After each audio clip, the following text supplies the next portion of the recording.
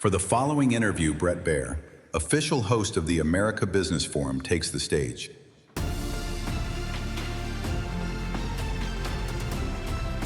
All right. Great to see you. Great to see you. Wow. Mayor Suarez calls you and says, I want you to do this forum. And what do you say? Date, time, place. And Mayor of Miami is one of the greatest mayors of any city in the world. If he asked me to jump, the only answer is how high. well, it was pretty high. It was pretty high because you were in Hong Kong 24 hours ago. Is that right? I was in Hong Kong yesterday. Actually, maybe Last today, day. last night. And you just hopped off a plane and here you are. Mayor asked me to be here.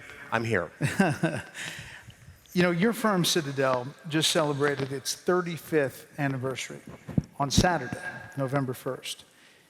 When you look back at this journey from a young man, as you heard, from the dorm room at Harvard, to founding Citadel, to become one of the most influential investors in the world, what were the most important turning points that you look at?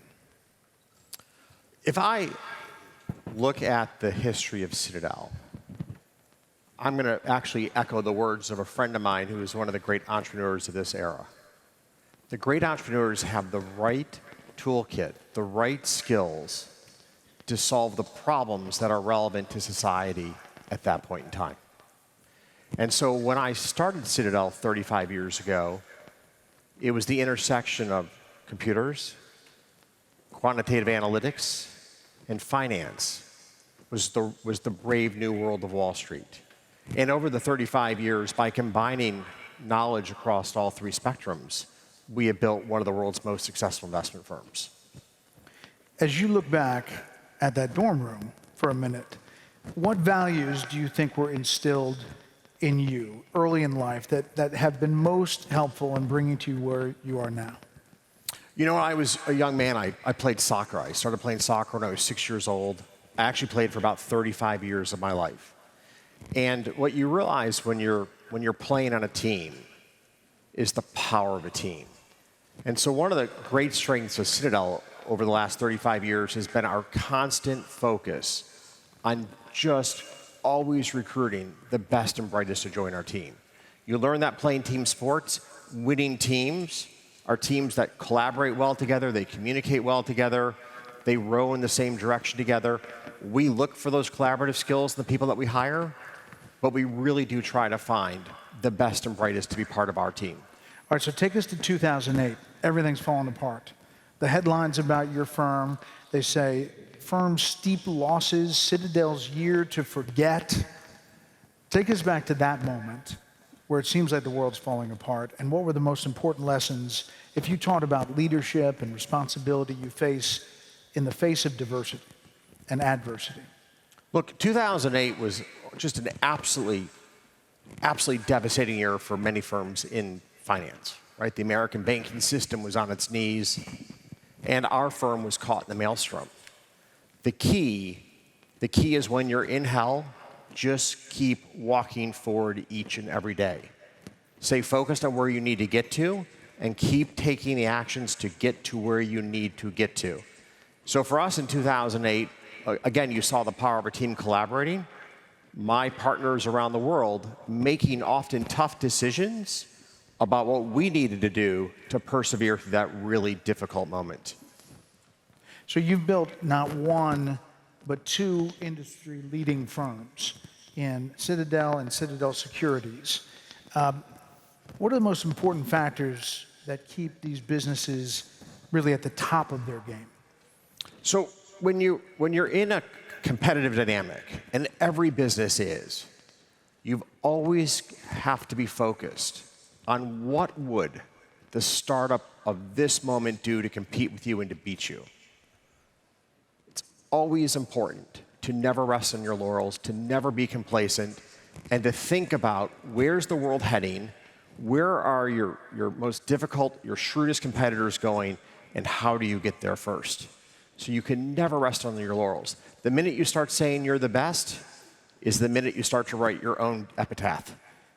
I mean, you've been great at attracting, retaining talent. What's one thing you look for in somebody that you hire? So there's a couple things that we look for. Obviously, I've emphasized the importance of a person's intellectual capacity or aptitude, but those are just table stakes. What you really want is somebody who's both very bright, very driven, but who has incredible perseverance. Many of our colleagues are fundamental investors. They try to understand companies or predict interest rates. These endeavors are often, you make an investment choice, you're right about 53, 54% of the time. Yeah, I mean, could you imagine being a surgeon and almost half your patients die? No. Right? So my colleagues, one of the great strengths they have to have is the resilience to cope with being wrong. One of the problems with grade inflation in the United States is we're not teaching young Americans what it's like to fall short. And falling short is what happens in business all the time. You need to pick yourself up, you need to put one foot in front of the next, and you need to move away from that place of failure to a better place, to a place of success. So there's a huge emphasis on perseverance and resilience in the people that we look for. That's really interesting. I tell my two boys, if you hustle, you can beat a lot of folks, maybe 90% of the folks, if you hustle, because there's always somebody chasing. I love that word hustle. And I lived in Chicago for about 30 years. And there's a great quote. Things may come to those who wait, but only those things left behind by those who hustle. Now, do you know who said that quote? It was Abraham Lincoln. Abraham Lincoln gave some of the best business advice I've ever heard. Business is about hustling. It's about going the extra mile. It's about going the distance. And people forget, just to stop there for a second, successful businesses are businesses that meet the needs of their customers. And often that involves having to go the extra distance, right? You go to a great restaurant because the food's really good. Somebody makes sure that that kitchen is well run. They care about what the customer experience is. And that's so key to business, and it's often forgotten in popular literature about capitalism. Businesses that meet the needs of customers or businesses that thrive, businesses that don't exist. I want to talk about your passions here in Miami and education and all that you're doing, but that gives me a little entree into breaking news. Last night, Zohran Mamdani wins the mayor in New York City. There are some people looking at that saying, it's a different environment for businesses, and is it going to lead to an exodus? Will there be a ton of businesses and people who come to a place like this in Miami as a result of that? Knowing what you know, and you've obviously moved to Miami from Chicago, what do you think of last night's result there? Well, I mean, for the people of New York, I pray that the policies that Mamdani uses to govern and lead New York are different than the talking points he used to win the mayoral race. The people of New York deserve better.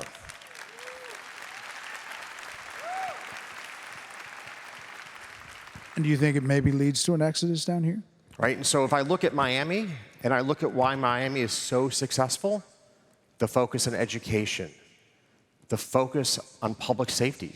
These are safe streets. We live in a safe city. The focus on community.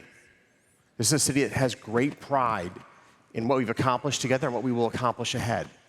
I've lived in a failed city-state. I lived in Chicago for 30-some years. I had two colleagues who had bullets fly through their cars. I had a colleague stabbed outside the front door of our office. I had 25 bullet holes in the front of my building where I lived. You can't live in a city awash in violent crime and feel proud to call that place home. So I'm grateful for the leadership in the state of Florida. This is a great place to call home. And I hope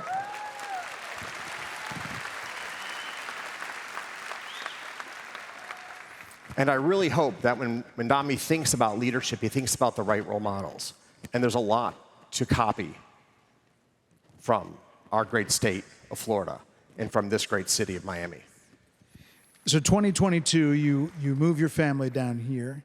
Any like welcome to Miami culture shocks for you?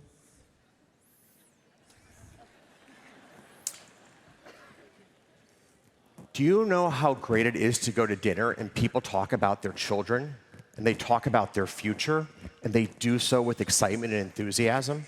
We lost that in Chicago in the last 10 years. Dinner in Chicago would be about crime, about cronyism, about failed policies in the state. It is so refreshing to be in a city where people talk about tomorrow. And I think that's a really important topic here in a roundtable on business. Entrepreneurs are people that believe in tomorrow. It's really tough to start a business. Like, don't kid yourself. You don't own your business owns you. So you have to have a great deal of optimism about the future of where you live, the community you're part of, the country you're part of, to start a business. And it is so great to see the optimism that we have here in Miami. It's really special. It is. You know, since arriving in Miami, you've invested really heavily in this state, from education to healthcare, soccer fields. Miami, underline your most recent gift was support of the expansion of the Success Academy Charter network to Miami. So when you talk about education, why is education particularly important to you, and what brought you to Success Academy and bringing it here? So let's be clear. Education is the on-ramp to the American dream. Every student in our country who has a world-class education has an extraordinarily high chance of living the life that we all dream to live.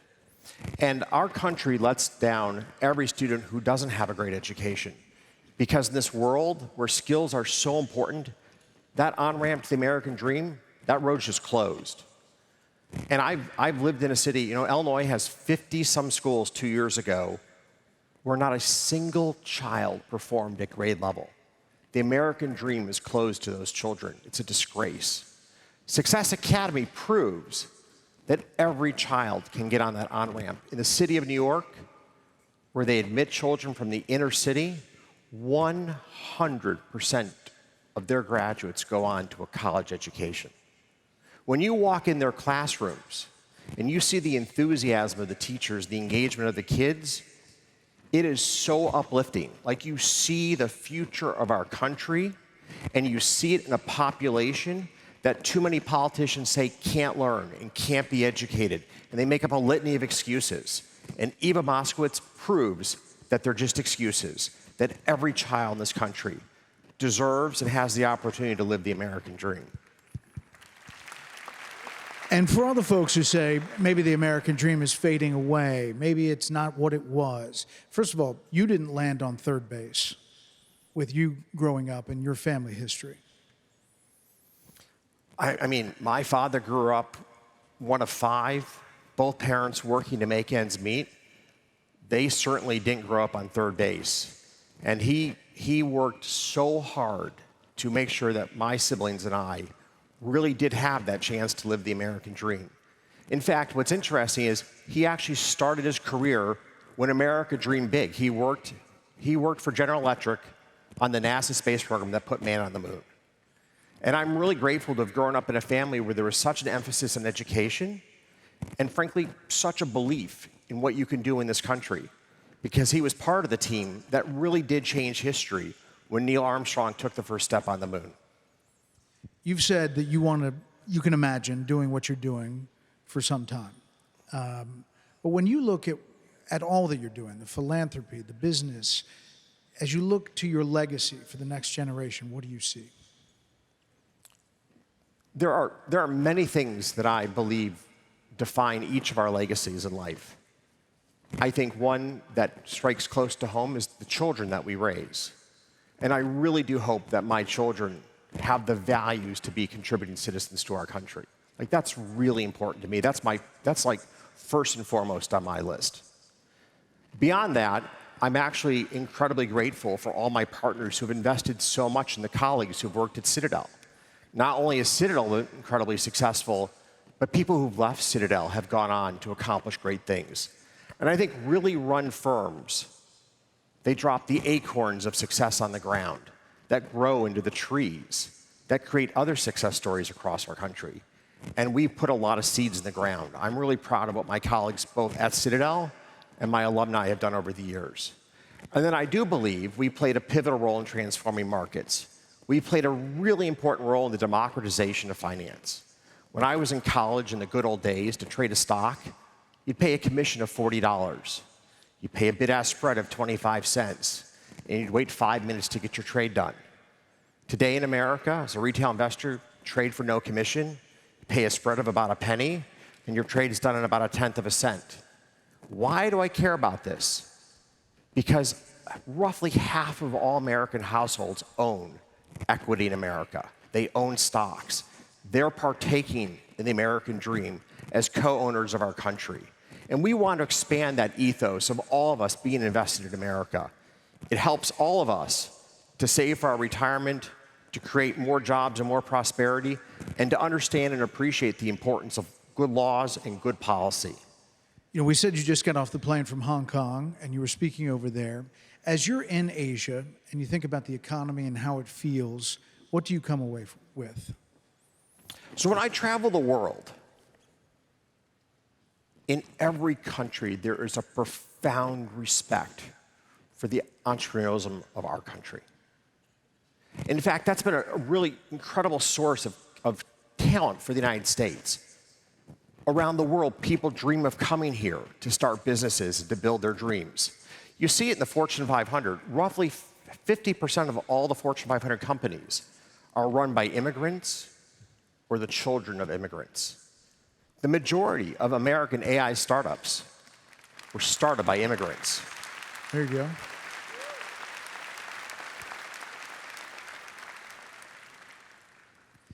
There is a disconnect today between the success on Wall Street and big companies really doing well and how people feel at home. And it's, you know, whether you use the word affordability, whether you talk about inflation, whether you talk, however it is, there is this dichotomy between the two. As you look at that, is that a major problem and that we need to fix as a country? So first of all, I absolutely agree with you. I agree with you. And this is why good policy is so important, is the fruits of our economy need to be spread broadly across our people. And that's where really important and thoughtful economic policies come into play. In Washington, how do we lift all boats? That's a really key question. And we need to take a step back and say, what are the right incentives, the right changes that we need to make in society so that everyone partakes in the prosperity and wealth of our country? So to that point, what are the key drivers in this economy, the U.S. economy, over the next 12 months? Key drivers over the next 12 months? Because it's pretty volatile now. Look, one of the biggest changes that we're grappling with as a country is the change in immigration policy. We've gone from a country that was creating roughly 250,000 jobs a month to about 30,000 to 40,000 jobs a month as we've radically shrunk the labor force. And that has profound implications, in particular for startups. Startups really need access to talented people for their founders to grow and thrive. And we've changed the dynamics of the labor pool. What really concerns me are those who've chosen not to come to our country, who bring the skills, the talents, and the ambition that help to create the American success stories. If I look at Citadel, my most senior partner was born in Ecuador. My other most senior partner was born in Australia, and one was born in Taiwan, if you sort of understand the picture. I am so grateful for all the incredibly talented people who've come to our country to call this country home. And I really do hope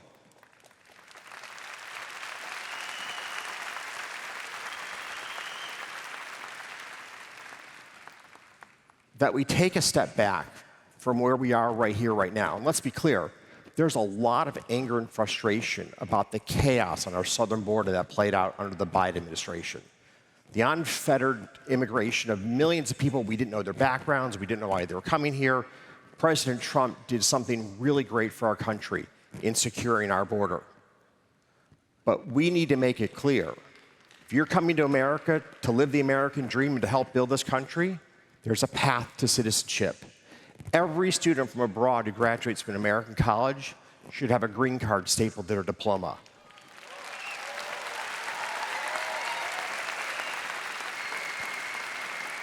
There you go. Could be a policy in the making. Last thing, Ken, a lot of entrepreneurs, a lot of small businesses, a lot of folks who want to succeed. If you had one piece of advice as you're leaving this group, what is it? One piece of advice. I'll go back to that opening statement. Having really good partners around you is really critical to your success. And finding somebody who complements your skills is an extraordinary asset. You know, when I think about the start of Citadel, I really surrounded myself with people who were different than I were. And that made for such a strong firm. It's so important to have complementary skills around you. And then it's really important to be thoughtful about where you're heading and to stay focused on what you need to do to accomplish that task. It's very easy to get caught up in the day-to-day, but it's very important to always take the time out to think and give consideration as to where you want to go, and then make that happen. Ken Griffin, thank you so much for the time. Great to see